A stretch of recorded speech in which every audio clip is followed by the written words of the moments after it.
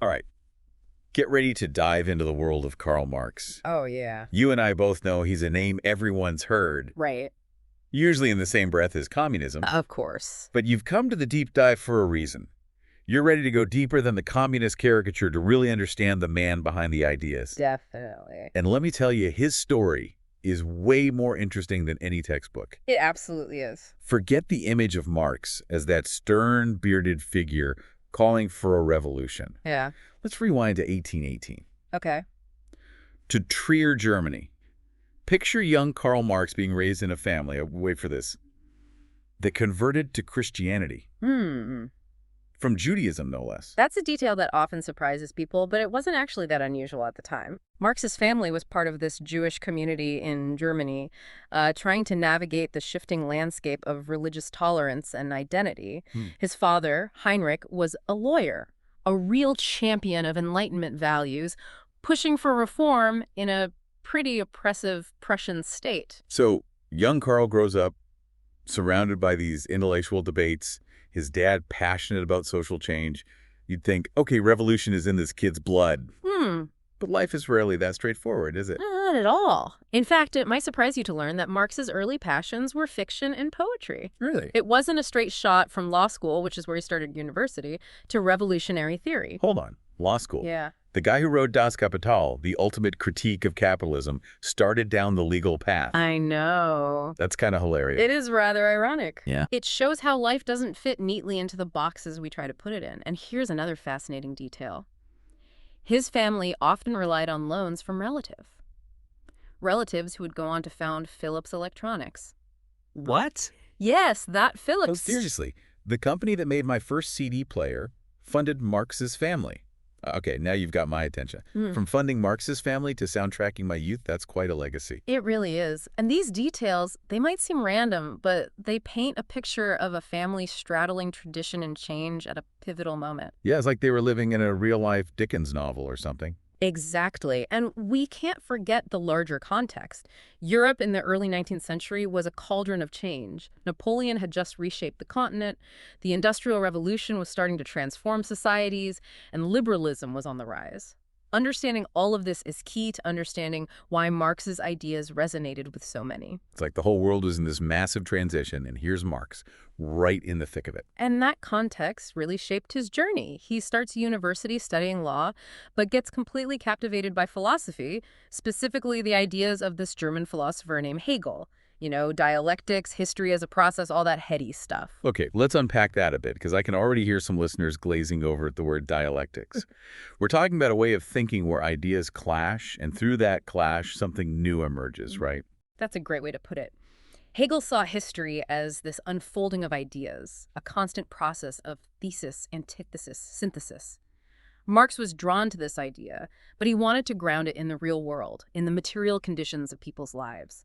It's less about grand ideas and more about how everyday people are impacted. And that's where his involvement with the young Hegelians comes in, Yeah. right? This group of radical thinkers basically taking Hegel's ideas and using them to critique society, religion, you name it. Exactly. The young Hegelians were like this intellectual insurgency, using philosophy as a weapon to challenge the status quo. And Marx was right there with them, writing articles, engaging in debates, pushing the boundaries of what was considered acceptable. Which I'm guessing didn't exactly make him popular with the authorities. We're talking about 19th century Europe.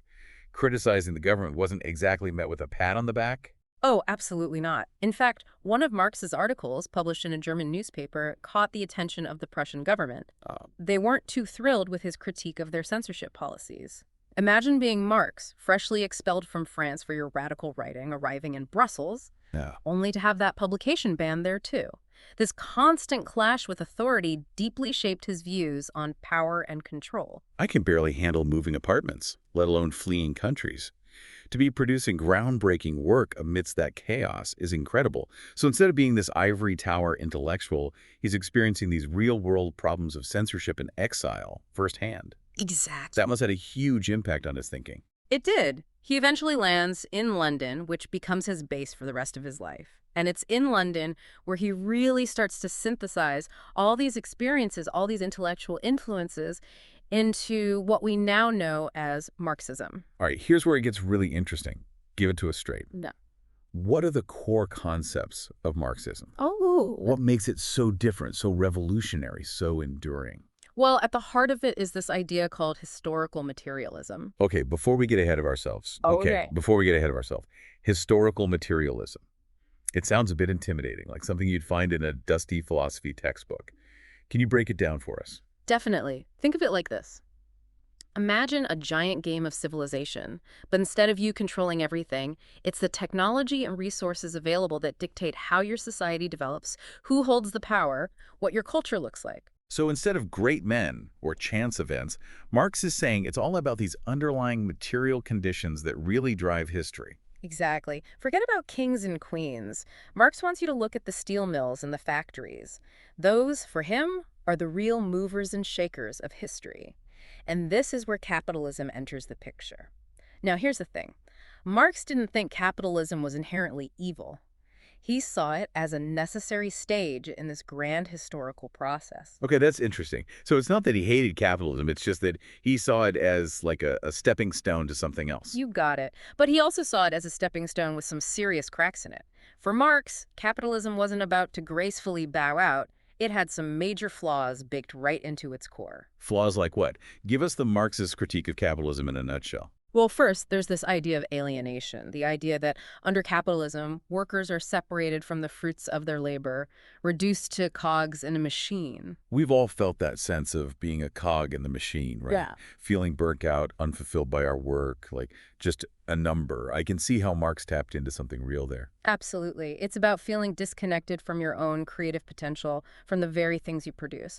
And for Marx, this wasn't just some personal tragedy, it was a fundamental flaw of capitalism. Okay, alienation's a big one. What else? Well, Marx also pointed to the cyclical crises, the boom and bust cycles inherent in capitalism. Right.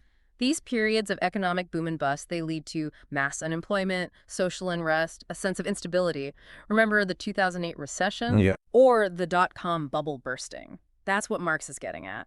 These booms and busts he saw as baked into capitalism's DNA. So we've got alienation, instability. Marx is really pulling back the curtain on the supposed stability of capitalism here. What did he see as the outcome? For Marx, the logical outcome of capitalism's own contradictions was a classless society, what he called communism. But it wasn't some utopian fantasy. He saw it as a historical inevitability, the next stage in this grand unfolding of economic and social forces that he called historical materialism. So to clarify, this idea of communism is directly tied to his concept of historical materialism. Like, Yeah. one inevitably leads to the other. Precisely. Remember that game of civilization? Imagine that you, as a player, can't actually control the course of history. It's the technology, the resources, the means of production that are the real drivers. From Marx's perspective, capitalism contained the seeds of its own destruction, leading inevitably towards a system where the means of production were owned collectively. That's his idea of communism. Okay, but obviously this idea of communism has been used to justify all sorts of regimes and ideologies, some of them pretty horrific. How do we reconcile that with the actual ideas of Karl Marx? That's a crucial distinction to make. It's like that old saying, don't judge a book by its cover. Or in this case, don't judge a philosopher by the revolutions or regimes that claim his name. So when we talk about Marx's legacy, we have to be careful to separate the man and his ideas from what came after. Exactly. Many of Marx's critiques of capitalism, like worker alienation or the inherent instability of the system, are echoed by thinkers across the political spectrum today.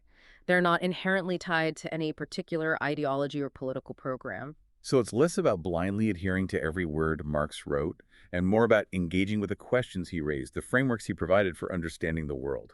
You got it. It's about applying those insights to our own lives, our own time.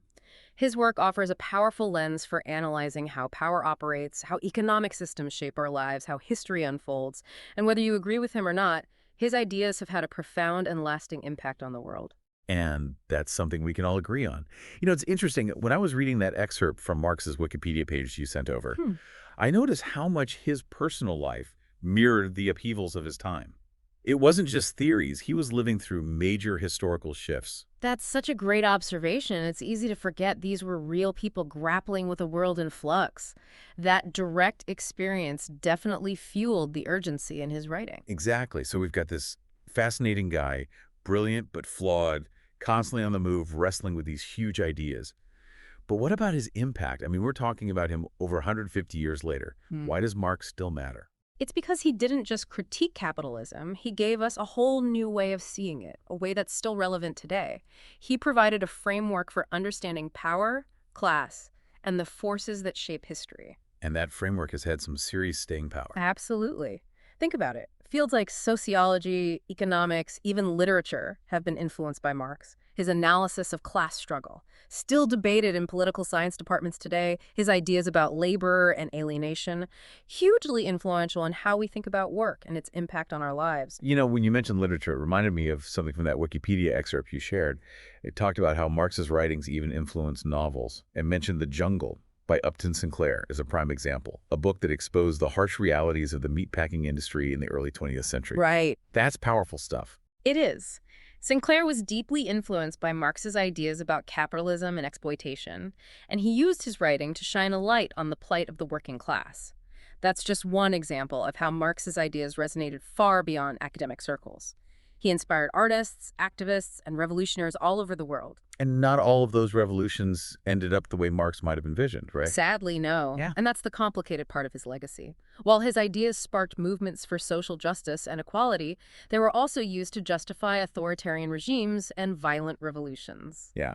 It's a reminder that ideas, even brilliant ones, can have unintended consequences. Even setting aside the political debates, Marx's analysis of capitalism itself still feels incredibly relevant in the 21st century. And we're living in an age of globalization, automation, and wealth inequality on a scale Marx could have barely imagined. Exactly. And that's what's so remarkable about his work. He was writing in the context of the Industrial Revolution, but his observations about the nature of capitalism, its tendency toward inequality, its constant drive for profit, its capacity to create both immense wealth and crushing poverty, they still resonate today. It's almost eerie, isn't it? It's like he could see the writing on the wall, even back then. In many ways, he did. Think about the gig economy, with millions of workers classified as independent contractors, often lacking basic labor protections and benefits. Marx might see this as a new form of alienation where workers are increasingly atomized and disconnected from traditional forms of labor organization. And what about automation? Those robots aren't joining unions anytime soon. That's another area where Marx's ideas offer a useful framework for analysis. He was already writing about the way that machines could be used to increase productivity while simultaneously displacing workers. He might see our current anxieties about automation as a continuation of this long-standing tension within capitalism. So where does that leave us? How do we take these insights, these 150-year-old ideas, and apply them to our world today? That's the million-dollar question, isn't it? Marx himself wasn't in the business of offering easy solutions or predicting the future with perfect accuracy.